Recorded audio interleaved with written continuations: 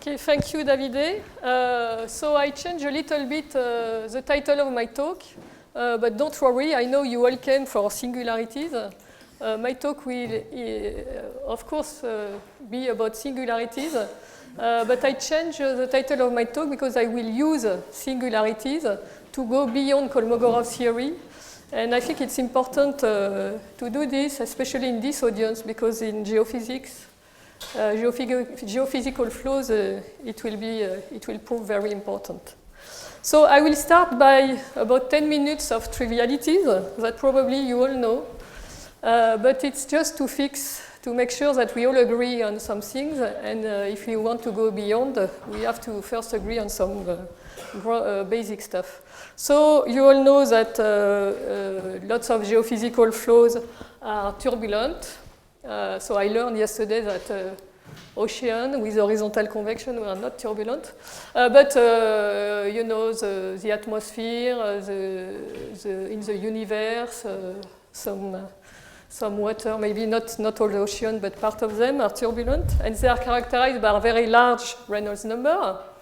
And of course, you also know that they are characterized by a hierarchy of vortices, lots of scales.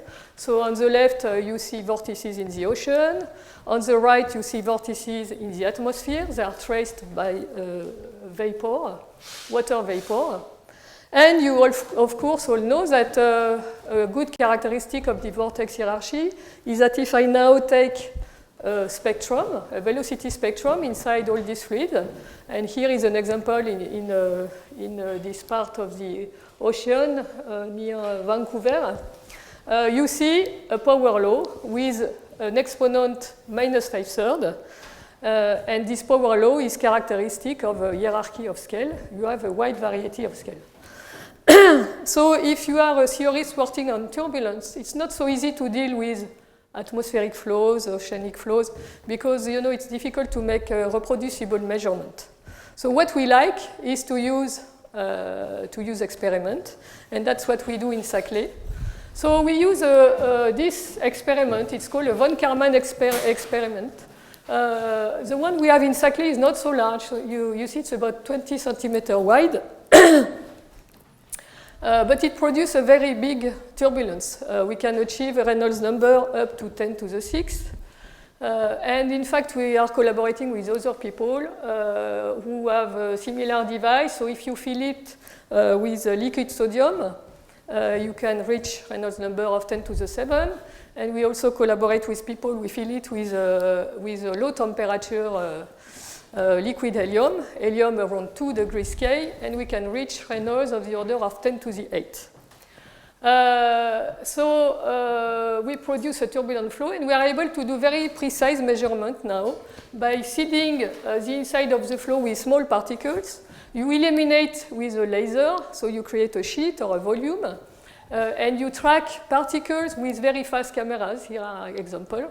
And using either a technique of correlation, velocity correlation called PIV, or tracking directly particles, you can get velocity fields inside our device. So here is an example of the velocity field at the center of the flow tracked by PIV.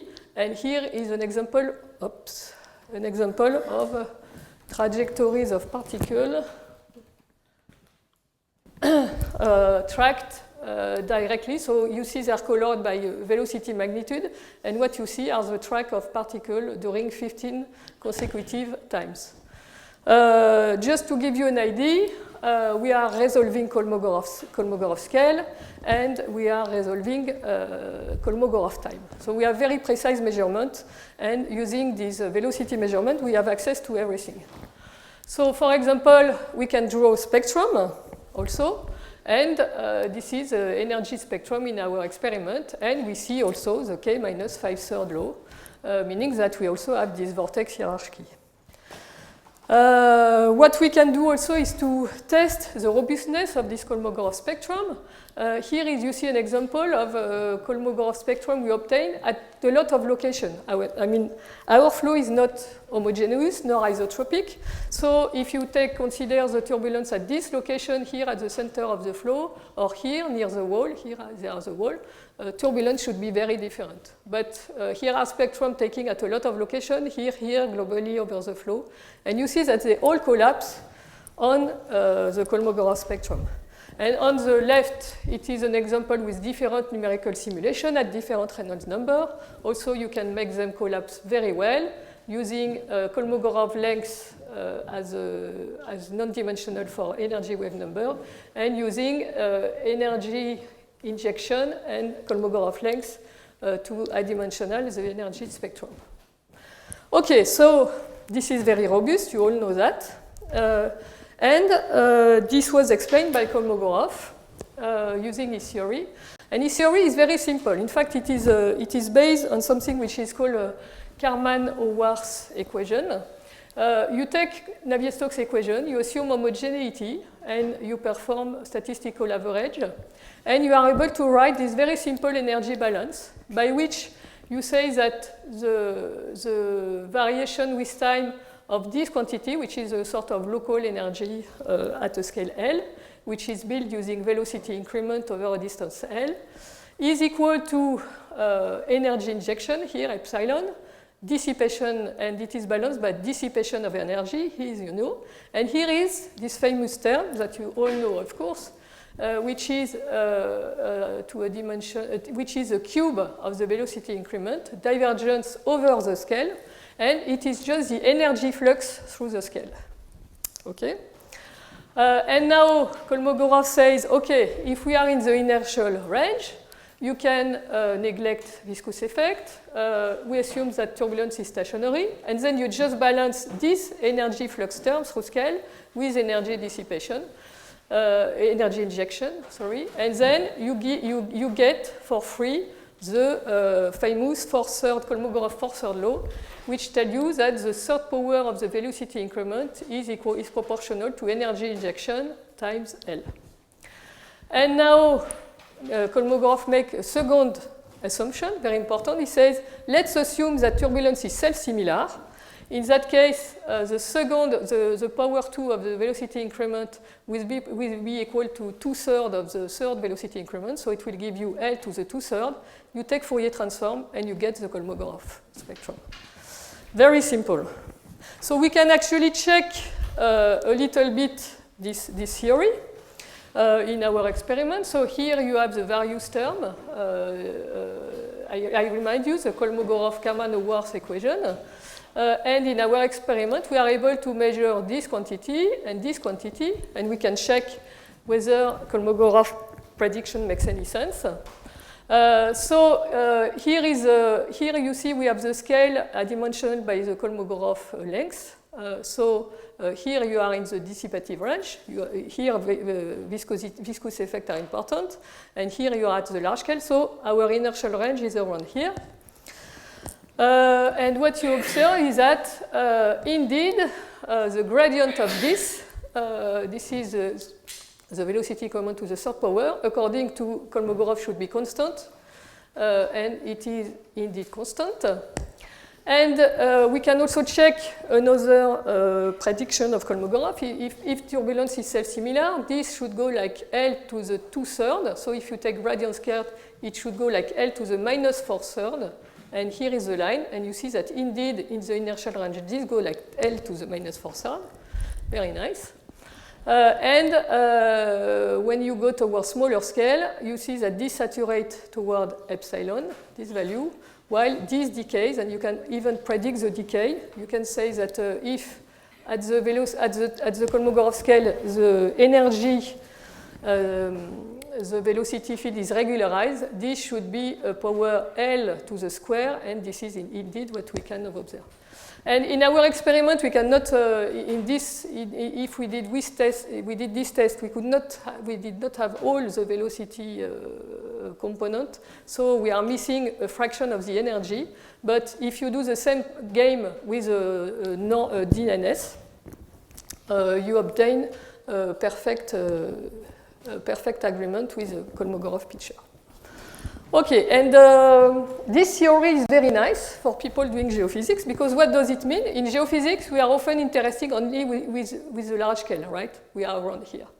And what it tells you that you see that the energy transfer are much larger, and the inertial properties are much larger than viscous properties. So you can basically ignore viscosity in some sense. But you have to make sure that the energy flux is transferred towards smaller scale at a constant rate. So this is why we all put turbulence, viscosity, or some sort of thing to be able to transfer the energy towards smaller scale. If you are very careful turbulent people, and you say, okay, I don't trust the large eddy simulation, the stochastic model, etc. I want to do DNS. You look at this picture and you say, okay, I want to do DNS. What is the resolution I have to use?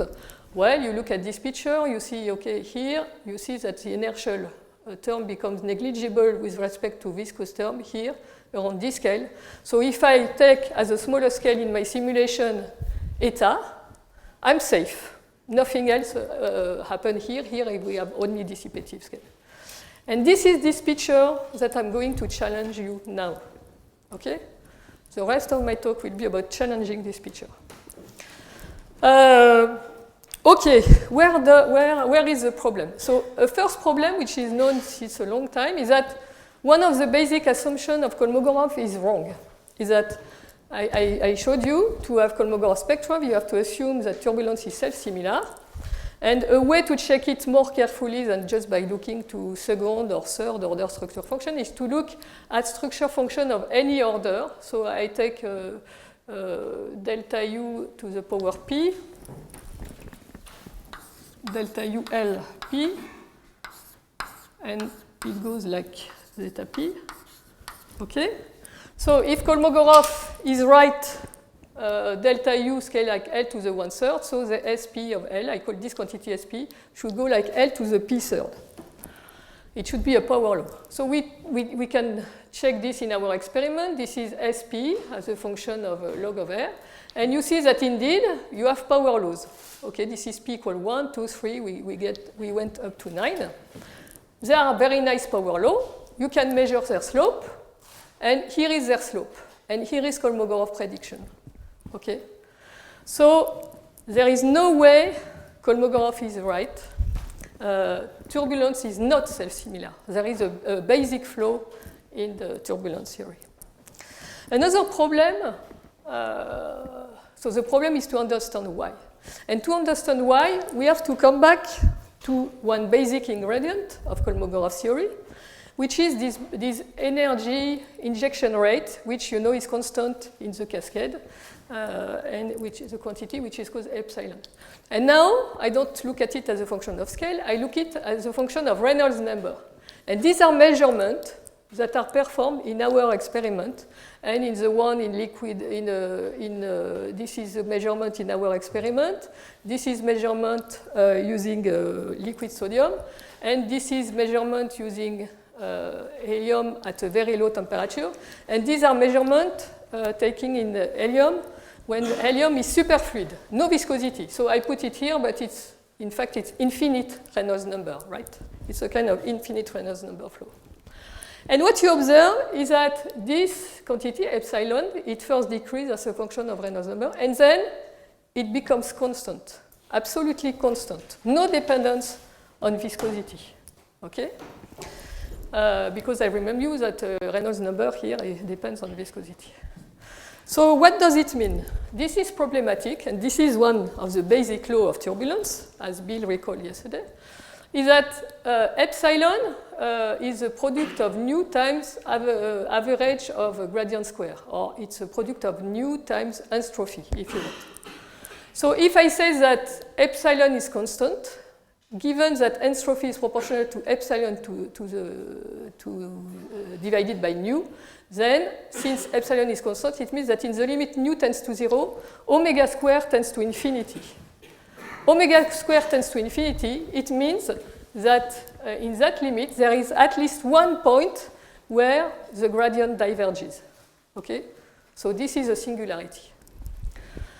So this is very troublesome because if you have a singularity, it's very difficult to handle it theoretically, mathematically, and even to measure it experimentally. So what can we do? In fact, a very nice step towards understanding and measuring things was performed when two mathematicians, French mathematicians, Duchamp and Robert, in a paper in 2000, they clarified a very old conjecture by Onsager that Onsager made in 1949 in front of an assembly of turbulent people who at the time did not understand anything about what Onsager was saying. You see, it took about 50 years for physicists to understand. I mean, mathematicians had understood sooner, but it took the work of Duchamp and Robert so that physicists understood what Onsager and what mathematicians were saying. And Onsager was saying, in 3 dimensions, a mechanism for complete dissipation of all kinetic energy, even without the aid of viscosity, is available. So, of course, Onsager was referring to this property, that turbulence stays constant.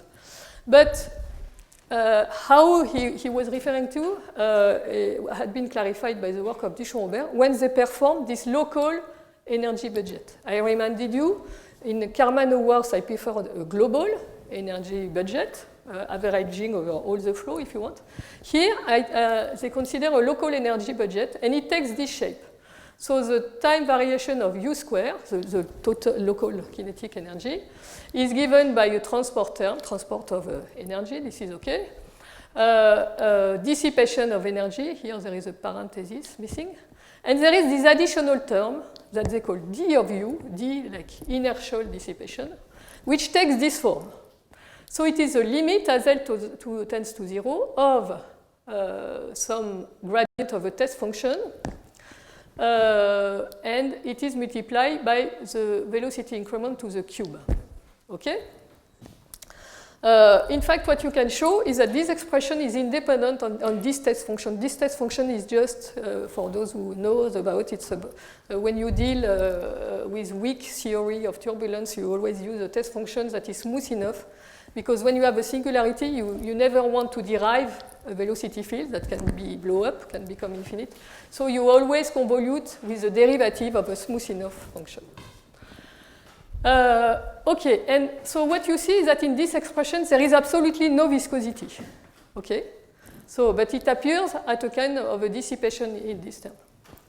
And of course, there are cases where the limit is particularly simple. For example, if you say that delta U goes like L to the H in the limit L tends to 0, du goes in the limit L tends to 0 to L3H minus 1. And so, for example, if you can prove that your velocity field is regular in the limit L tends to 0, then you can Taylor expand, and then delta U goes like L, H equal L. So du tends to L square, and in the limit L tends to 0, it tends to 0. So this term, for any regular field, is 0. Okay? We know the limit. There is also another simple case, is that if the velocity field is more regular than a velocity field that is what we say Hölder continuous H of H equal 1/3. So it means that H is greater than 1/3. In that limit, you see that d of u also tends to 0.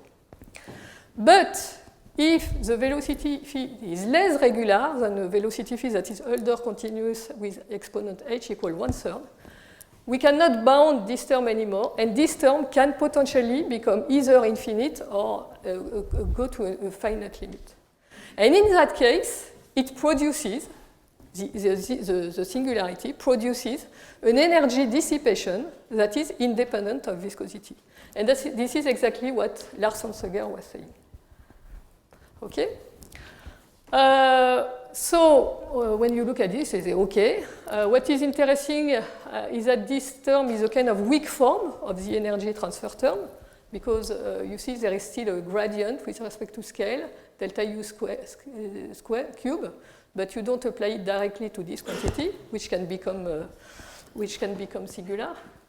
And if you want to continue more, you have to look at this term and the idea is the following. Since this term is 0 whenever the field is regular, if I want to investigate interesting place in the flow, place where it is not regular, the idea is to have a look at the limit of this term as L tends to 0. Okay, this is a very simple idea. The idea being, if you don't see the limit tends to 0, something will happen. An example, to give you an example, let's take a famous example, 1D burgers. So this is just 1D Navier-Stokes, if you want, in case with no pressure. You know that in the limit nu tends to 0, this equation develops singularities under the shape of shock. Here you see a velocity field including a shock. And if you introduce some viscosity, then the shock is regularized, but still you have very large gradient. And now, on left here, I show you as a color plot this quantity, d of L, as a function of L. Here, L is decreasing, and as a function of x. Okay? And location where it's violet, it is 0. And location where it's become yellow are location where it obviously it is irregular. And what you see is that in all this region here, where the velocity is regular, it's just a linear velocity field, this term is indeed 0. And as you decrease the scale, this term becomes bigger and bigger just at the location of the singularity. Okay? So this term, d of L, is a very good detector of singularity. What is even nicer is that imagine you don't have a singularity, but a quasi-singularity, a singularity that has been regularized somehow, but still you have very large gradient. If I apply this term again, you see that, of course, when L tends to 0, in the end, it is 0, because the flow is regular, it should be 0 in the end. But for certain scales, for some scale, this term is very big. And it is big at the location where the velocity gradient is very large. So what do we have here? Here, what I'm claiming is that here we have a term that can serve as a kind of detector of singularities or quasi-singularities of big gradient. It's a kind of torch with which you can light a location where you will have a big gradient. Moreover, what is very interesting to us, and for any people doing experiment or doing measurement in the ocean, is that this term is very good for experimental measurement because you apply it, you never apply the derivative directly to velocity field. You know, if you have a velocity field which is noisy, people who do experiment know that you don't want to derive a field with noise because then you just increase the noise. Here, you have your velocity field and you convolute it with the derivative of a smooth function. So it will be very nice because you will get a smooth field. Just to convince you, here are examples that are taken over our measurement. And so we applied this detector and we decrease the scale and we look at what we observe. So you see that exactly like in the Burger scale, as L decreases, we have things which point towards some special point. If you look in the scale space, this detector is increased at some special location. Here you have the increase here. And here you see, for example, some quantity, some location where it becomes big. And if we have a closer look about these things, so we go down the scale, and here you see measurement at the Kolmogorov scale.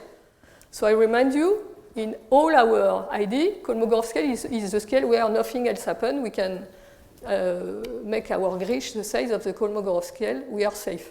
Nothing happens. So here you see the detector. So here it's very small. So Kolmogorov scale is about here. You see this size. You see that the value is very big. When I say very big, is that in some location it can be as big as 10 or 100 times the total dissipation. Okay? You have very small point with a very large dissipation. Dissipation which is even larger than the mean dissipation.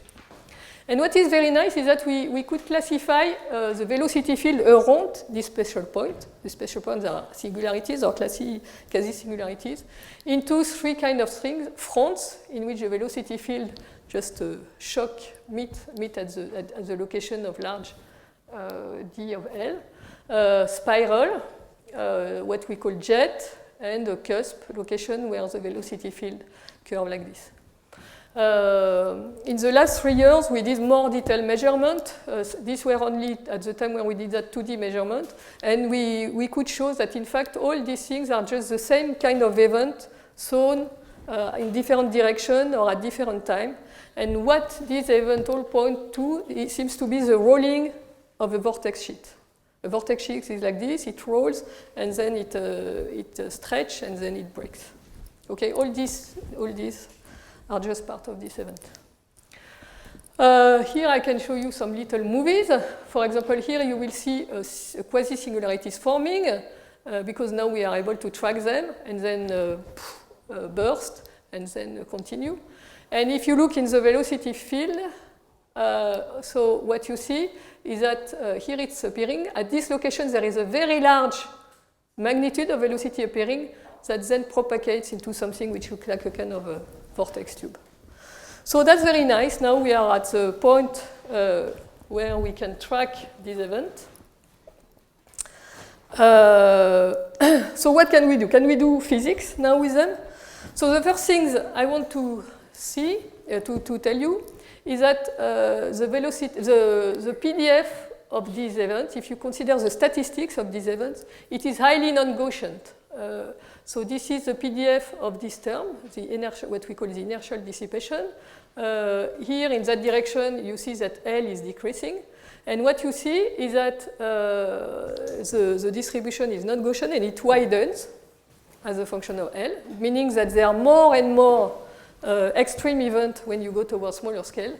And what you notice is that the distribution is skewed towards positive. So this is nice because it means that these singularities or quasi-singularities can only dissipate energy. If it had been skewed in the other side, it would mean that singularity injects energy in the flow, which would have been against the second law of thermodynamics.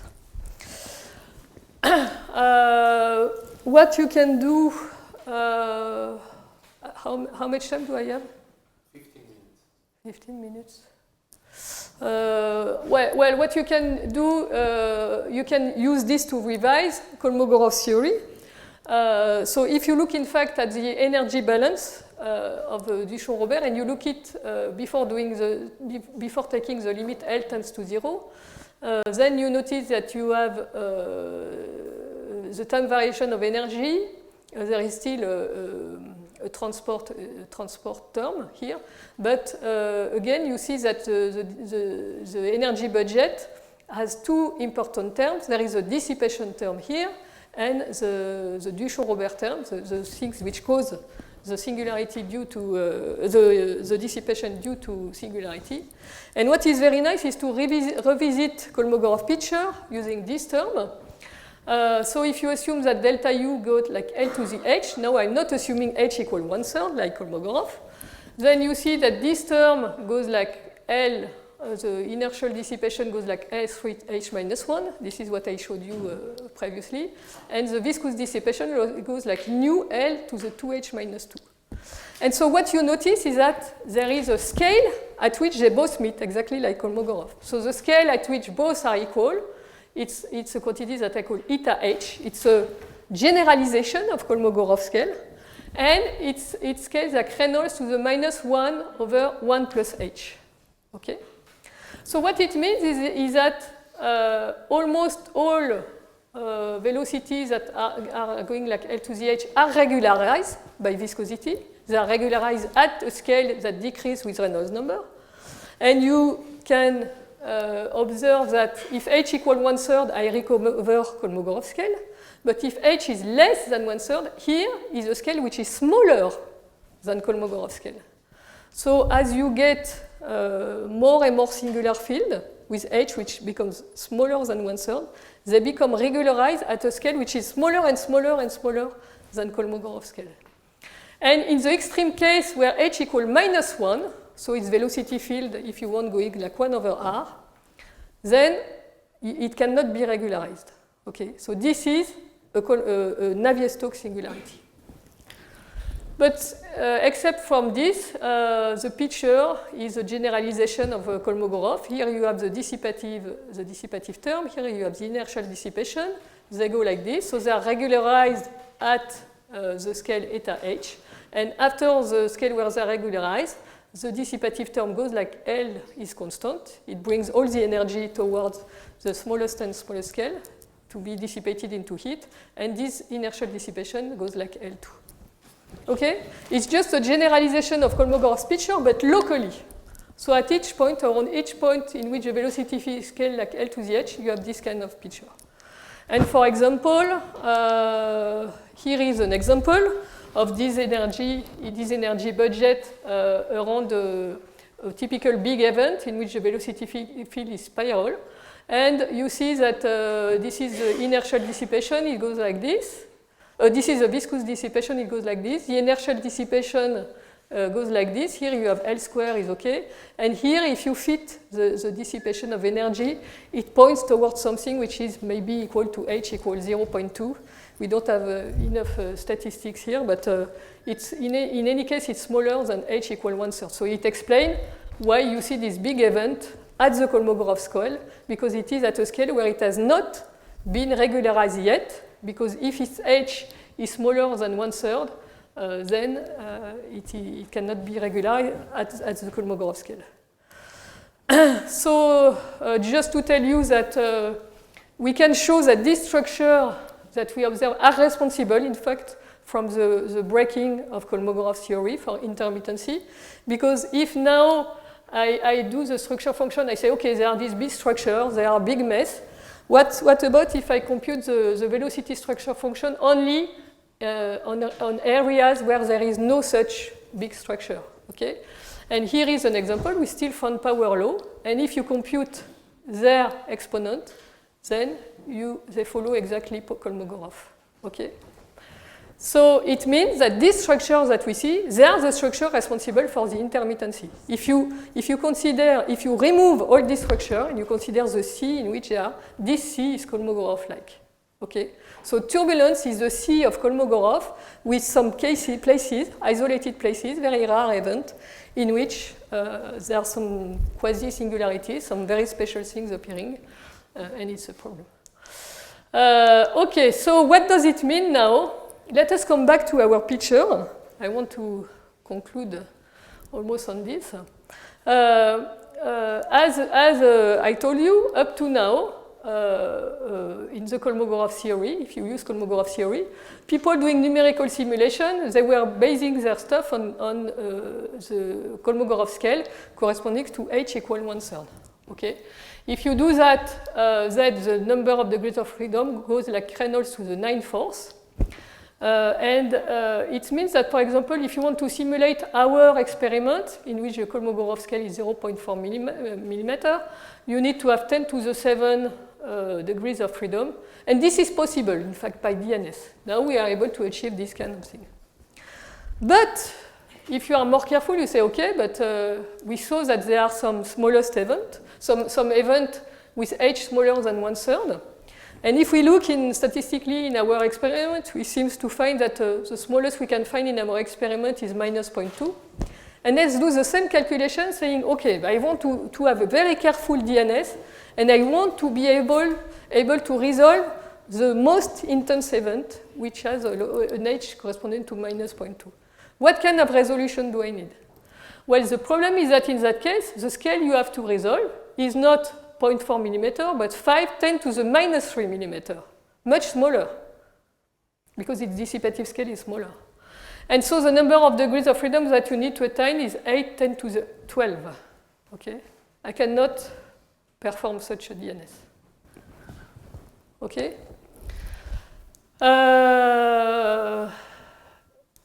And this was at fairly low Reynolds number. If I increase the Reynolds number, I go to the 10 to the 6.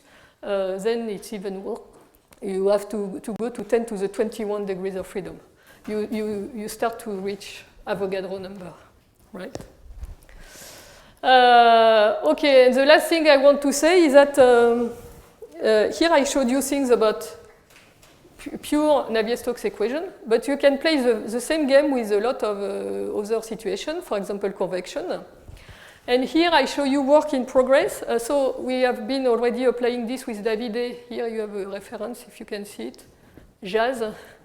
You don't see the reference? I can see it from here. Ah, okay. There's a certain guy whose first name is not there. Okay, so here I show you some very preliminary results of the work in progress with Francesca Scilla, David Dumont, Julien Salor, and Anne Sargeau. Is that we apply this technique. In fact, you have inertial dissipation of kinetic energy, but you have also inertial dissipation of thermal energy or potential energy, if you want. Here, I show you just the result of kinetic energy inside the convection. And here, what you will see here is this inertial dissipation computed. Here is viscous dissipation. And here are the thermal energy dissipation computed in the usual way and the kinetic energy dissipation computed in the usual way. And so here, what you will see is that this is a convective simulation, so there are some plumes that detach and that rotate, okay. And looking at this quantity, at this scale, this is a scale that is about 5 times the Kolmogorov scale. What you see is that this term becomes very large at the location of the plumes, meaning that there is a lot of energy transfer going inside it. And that it moves along with the flow, and that there is a very complicated structure of interaction between the events. This is a numerical simulation, but now we will be able to do the same thing in our experiment for the kinetic energy, because what we are doing right now is to build a larger experiment. The idea being that with the present experiment, using the best camera we have, etc., at the disposal, we can only resolve Kolmogorov scale. All I show you were events at the Kolmogorov scale. And as you saw, if we want to have access to biggest event, we need to go below, much below the Kolmogorov scale. And this is what we intend to do with an experiment which is 5 times larger. It's we call GVK experiment, Giant von Karman experiment, or Gargantua. And we will be able to reach Kolmogorov scale over 5. And this will be the PhD study of Damien, who is in the audience, who just started. And so we hope that in 3 years from now, we'll be able to show you some new results about this. Okay, I thank you.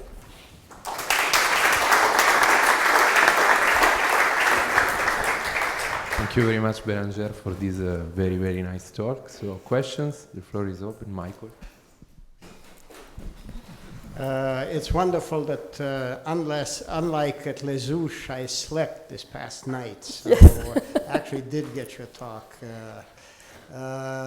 It's great to see that turbulence might be solved in somebody's lifetime here. I just wanted to comment to the broad audience, since we're talking about math and some physics, that this shows, one used to laugh at the work of mathematicians working on Navier-Stokes who were worrying about singularities. I'm thinking about my former teacher and colleague Louis Nirenberg and the work with Kohn and Caffarelli and so on. So there are singularities, and you do need weak solutions, So I don't know whether those mathematicians were aware of or inspired by the work of Onsager, who sort of glimpsed this paradise of turbulence, but in any case, it's great. Thank you very much. You want to say something, Beranger? What I just want to say is that when I was a student, of course, I heard about these singularities, and I said, yes, singularities are for mathematicians. And when I saw, actually, there was Raoul Robert who gave a seminar in 2008 or something. And when I saw this term, I said, wow, this is a detector of singularities. We need to test it. And really, Raoul is now a good friend. We talked a lot, and he said we really made this paper so that physicists understand that singularities can be useful. Because before that, it was all written in some obscure language with weak theories, etc. And no physicist, especially experimentalists, would read them and even understand them. So it shows that even if you don't understand something, it might be important. Yes, yes. But it needs to be explained Yes, absolutely. in a clear way. Other questions? Yes, go on.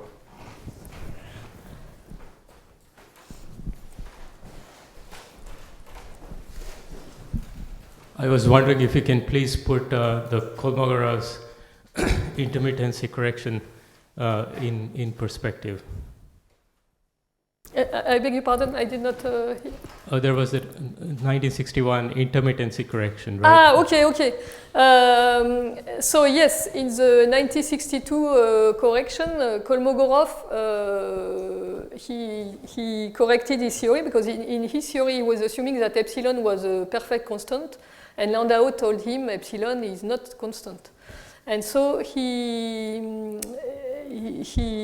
did the hypothesis that the energy dissipation was log normal. But log normal is just one model out of many. But to make the connection with this, in fact, this is the intermittency exponent we measure in our experiment, right?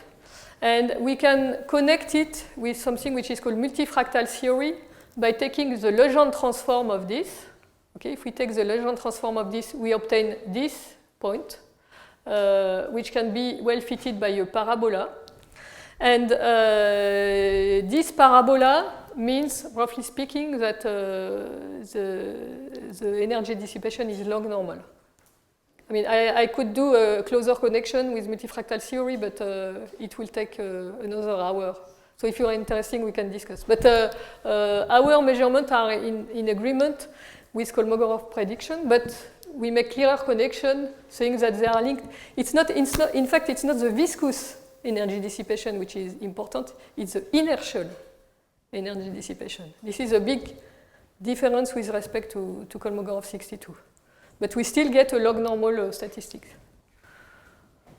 But is the basic idea of very small scale intermittency the underlying physical mechanism for both of the? Yes, but here we just point out that this is due to quasi-singularities. I mean, the whole things point out to the fact that the location of intermittency might correspond to singularities in the limit tends to 0. And we have the shape of these things, we have the statistics, we have everything. It really makes the connection, but the underlying idea is good. Okay, thanks.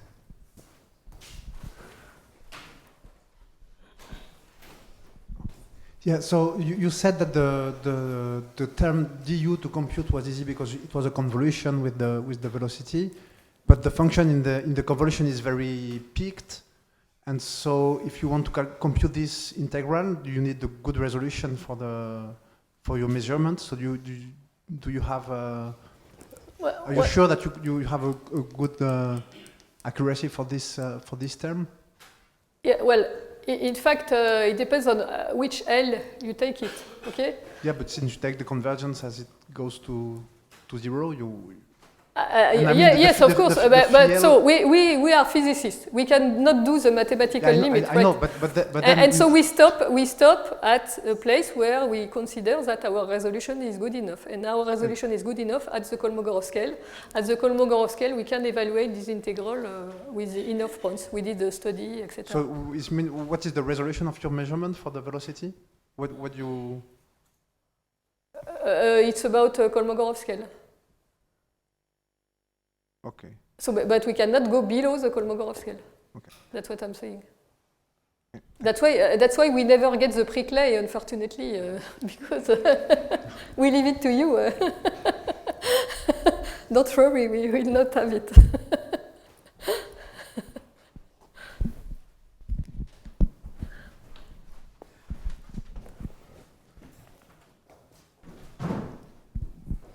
What stage is the new GKV? What? State? Ah, okay. This Okay, is I'll answer to you after Bill. okay. This is very bad news. Your talk is very bad news for people who are trying to measure turbulent dissipation in the atmosphere and the ocean, because they always look for the dissipation in the Kolmogorovian Sea, in between the singularities. Do you have any good news at all about how they could estimate, or, I mean, if 90% of the dissipation is due to what's going on in the Kolmogorovian Sea, it seems they're probably okay. But Yes. is there any way of saying how the dissipation is partitioned between the singularities? Okay, and so the sea? in fact, there is still a good news is that this location, I forgot to mention, they are very rare. So their contribution to total distribution has to be weighted by their probability of being there. And this is in fact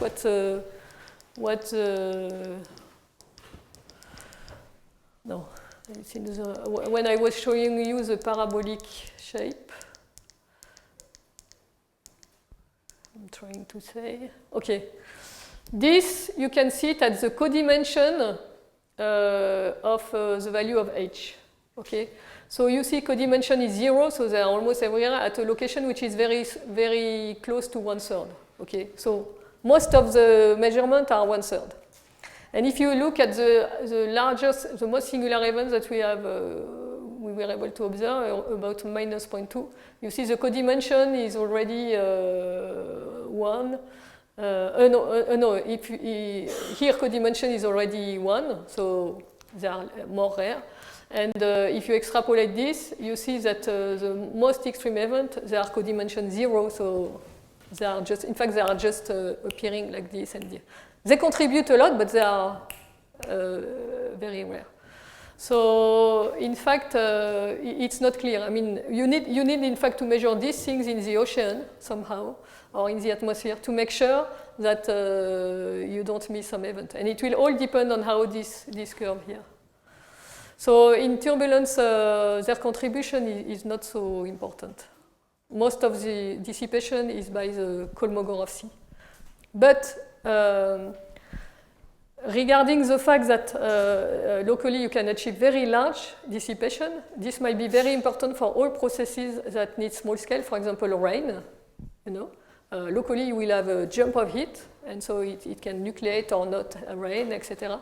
So in my view, this is more important in atmosphere, for example, for anything related to rain. Maybe it's why it's so difficult to be able to predict rain or things. I mean, planes do fly since 1920. It means that for the large scale quasi-singularities and intermittency, it's not so important. But for small scale process, we should really take this into account. Yeah, and Michael, regarding the state of GVK, it is being built. It has been built. Now we are trying it, and we hope that next year we will be able to run a campaign of experiment to see beyond the Kolmogorov scale. Okay, so I just want to complement your answer on the atmosphere and ocean. So we did some tests with this detection of the not singularities but the inertial transfer then for convection permitting simulations in Medicanes, so Mediterranean hurricanes, and in fact we see, as Bérengère was saying, that the hotspot for these high transfer zones are the convective bands and the core of the Medicane. So indeed, maybe the good news for oceanographer and for atmospheric physicists is that we can detect the processes where we maybe need to refine the grid to obtain better estimate of the energy transfer. So there is still a good news. So thanks again, Bérengère.